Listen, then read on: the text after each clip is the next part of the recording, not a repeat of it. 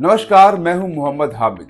बीते कुछ समय से देश की कार इंडस्ट्री के लिए रास्ते बेहद उतार चढ़ाव वाले रहे हैं। सेल्स में स्लो डाउन, बढ़ती लागत और डीलर्स के वेयरहाउस में धूल खाती कारों की संख्या दिनों दिन बढ़ती जा रही है, जिसने कार मेकर्स के लिए मुश्किलें बढ़ा दी हैं। नई कारें लॉन्च होती हैं इस उम्मीद में कि बिक्री को थोड़ा पुश मिलेगा, लेकिन मार्केट सेंटिमेंट्स इस कदर बिगड़ चुके हैं कि उनका हाल बॉक्स ऑफिस की किसी पिटी फिल्म सा हो गया है। कब आई और कब गई पता ही नहीं चलता। आज हमारे इस वीडियो में हम बात करेंगे कि कैसे सरकार का एक कदम ऑटो इंडस्ट्री की पूरी तस्वीर बदल सकता है, साथ में इससे एक आम कंज्यूमर को कैसे फायदा पहुंचने वाला है, यानी हम और आप जैसे लोगों को।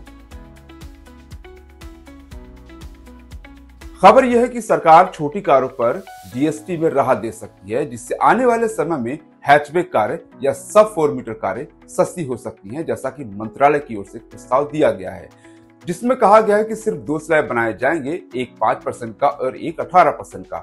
12 और 28% के स्लैब को खत्म कर दिया जाएगा। 12% के 99% आइटम्स को 5% वाले स्लैब में शिफ्ट कर दिया जाएगा, यानी सभी जरूरी और रोजमर्रा की चीजें इसमें डाली जाएंगी। और 18% में छोटी कारों को रखा गया है। और भी कई प्रोडक्ट इसमें हैं, लेकिन यहाँ पर हम अभी कारों की बात कर रहे हैं तो इसी पर रहते हैं। मतलब ये कि छोटी कारों पर जीएसटी 28% से गिरकर 18% हो जाएगी। छोटी कारें कौन सी होती हैं, जरा ये भी समझ लीजिए। छोटी कारें लंबाई में 4 मीटर से छोटी होती हैं, जिनका इंजन 1200 सीसी का होता है, चाहे वो पेट्रोल हो या सीएनजी हो। अच्छा, इसका फायदा 2 व्हीलर्स को भी होगा जो 350 सीसी से कम की होंगी। देखिए, ये सभी कुछ अभी सिर्फ सोर्सेस से है जो मीडिया में बहस का मुद्दा है। अभी ग्रुप ऑफ मिनिस्टर्स इस प्रस्ताव को जीएसटी काउंसिल को अगले हफ्ते देगा, फिर जीएसटी काउंसिल में बहस होगी, जिसके बाद ये पता चलेगा कि क्या हुआ। लेकिन मुद्दा है बहुत जरूरी, क्योंकि ये देश की इकोनॉमी, देश की ऑटो इंडस्ट्री और उससे बढ़कर देश के आम आदमी या मिडिल क्लास से जुड़ा हुआ है, इसलिए इस पर बात होना बहुत जरूरी है। अच्छा, ये नौबत आई क्यों आखिर सरकार को ऑटो इंडस्ट्री के लिए राहत का हाथ बढ़ाना पड़ रहा है? देखिए, हम और आप बेहतर तरीके से वाकिफ हैं कि देश की ऑटो इंडस्ट्री की हालत अच्छी नहीं है। जून में मारुति सुजुकी, जो कि देश की नंबर 1 कार मैन्युफैक्चरिंग कंपनी है, उसकी कारों की बिक्री में 13% की गिरावट दर्ज की गई। और ये गिरावट सबसे ज्यादा एंट्री लेवल कारों यानी छोटी कारों में देखने को मिली, यानी Alto, WagonR, Swift, Celerio, Baleno वगैरह। यही हाल हुंडई का भी रहा। कंपनी की घरेलू बिक्री में 12% की गिरावट आई। लेकिन इसके ठीक उलट महिंद्रा एंड महिंद्रा की एसयूवी की बिक्री में 18% की तेजी देखने को मिली, यानी बिक्री बढ़ी। टोयोटा की बिक्री भी बढ़ी, वो भी एसयूवी के दम पर बढ़कर 5% हो गई।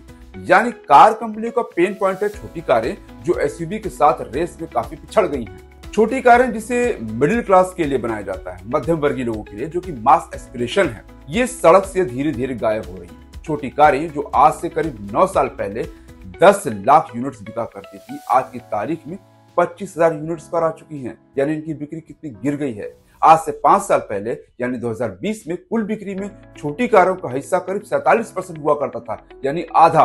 आज ये गिरकर 25% के नीचे फिसल गई है। लेकिन ऐसा हो क्यों रहा है? इसकी जड़ क्या है? दरअसल मिडिल क्लास छोटी कार को अब अफोर्ड ही नहीं कर पा रहा है। सरकार ने इतने नियम कायदे कार कंपनियों पर थोप दिए हैं, जिन्हें पूरा करने के चक्कर में छोटी कारों के दाम आम आदमी की पॉकेट से बाहर जा चुके हैं। जैसे कि सरकार ने छोटी कारों में भी 6 एयरबैग्स लगाने को मैंडेटरी किया हुआ है।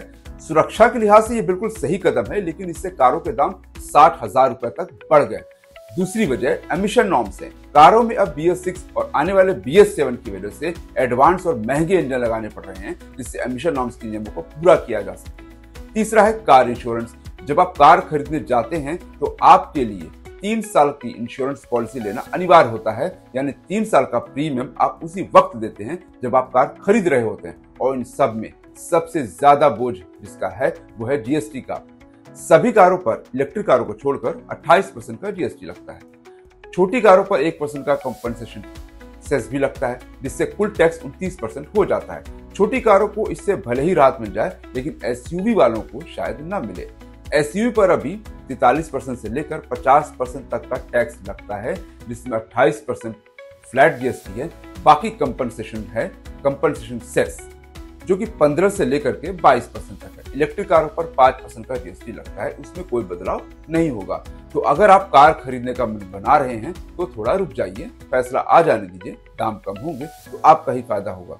अभी के लिए बस इतना ही। मिलते हैं आपके मतलब की किसी नई खबर के साथ, तब तक के लिए चैनल को सब्सक्राइब कीजिए, वीडियो को लाइक कीजिए और शेयर कीजिए।